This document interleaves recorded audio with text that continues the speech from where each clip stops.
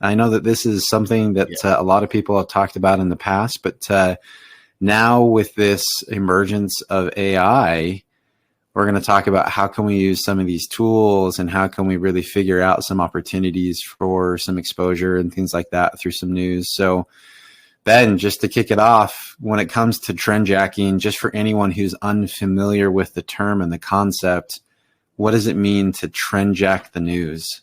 Yeah, great question. And this is dating myself. I feel like this came around in the late 2000s, at least to me. But this is a collision of what I call PR-keting, where it's a little bit of PR and a little bit of marketing because it does involve the media.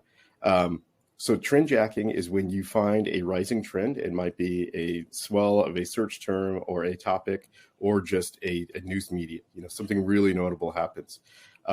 Then you capture and kind of ride that wave either by quickly pivoting and producing your own point of view on it, or pivoting and producing something controversial on that, or just making that content your own in some way. So there's a bunch of different ways to do it, depending on how deep you want to go, depending on if you want to get your PR folks involved.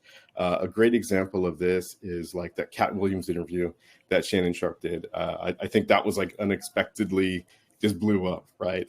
And I hadn't really watched his podcast until then myself.